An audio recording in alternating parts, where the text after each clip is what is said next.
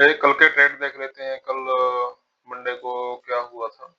तो जो कल वीडियो डाला था तब मार्केट यहीं पे चल रहा था, इस लेवल पे कहीं पे तो चल रहा था। जब हमने वीडियो डाला था तो बोला था कि यहाँ पे इस लेवल पे अगर कुछ बनता है तो प्लान करेंगे। तो यहाँ पे तो कुछ बना नहीं। उसके बाद मार्केट डायरेक्ट नीचे चला गया यहाँ से, और फिर मार्केट नीचे जाने के बाद ऊपर आया और इस लिक्विडिटी को लिया, लेकिन मेरा टारगेट था कि ऊपर वाले लिक्विडिटी को ले तो मैं एंट्री करूंगा, और ये फर्स्ट अटेम्प्ट में ही नीचे गिर गया, इस वजह से भी इसको ध्यान नहीं दिया।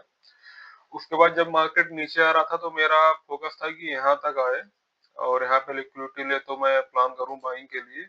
लेकिन मार्केट सब्सिक्वेंट कैंडल से ही अपनी लिक्विडिटी इसको लिया, इसको समझा और यहीं से रिवर्स हो गया। तो इस ट्रेड को मैं ले नहीं पाया, ये छूट गया अपने से। उसके बाद की अगर बात करें तो यहाँ पे ये लिक्विडिटी एरिया थी, एक ये थी और एक ये थी ऊपर वाली, जिसका मैं वेट कर रहा था ऑलरेडी पहले से ही। तो यहाँ पे मार्केट आया और यहाँ पे एक हैमर बनाया, फिर हैमर के बाद एक ग्रीन कैंडल बनी, फिर दोबारा से रेड कैंडल बनी। तो फंडेड अकाउंट में मैंने यहाँ पे एक ट्रेड प्लान किया था इस कैंडल के लो पर, 1652 के लो पर, और इसका स्टॉप लॉस चला गया था अपना यहाँ पे। इस कैंडल में स्टॉप लॉस गया था। और उसके बाद अगर बात करें तो यहाँ पे दोबारा से एंट्री बनी थी गोल्ड में। यहाँ पे दोबारा से मार्केट ने एंट्री बनाई, और तो यहाँ पे मैंने रियल अकाउंट में भी ट्रेड प्लान किया और फंडेड अकाउंट में भी ट्रेड प्लान किया था।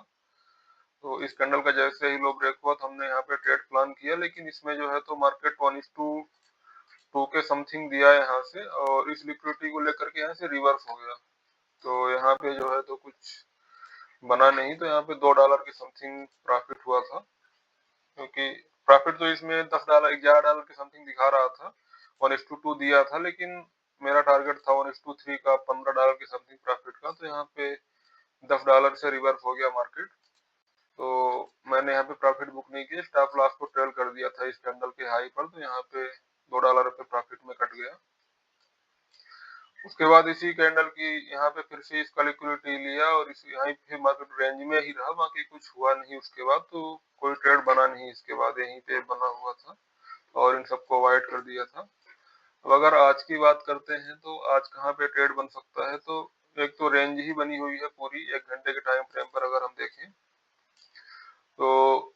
अगर इस नीचे का एक बार और लिक्विडिटी लेकर के अगर मार्केट ब्रेकआउट करता है तो यहाँ से फिर डायरेक्ट ऊपर निकल जाएगा, और अगर बिना लिक्विडिटी लिए इसका ब्रेकआउट करता है तो फिर हाई चांसेस हैं कि वहां से मार्केट नीचे गिर जाएगा।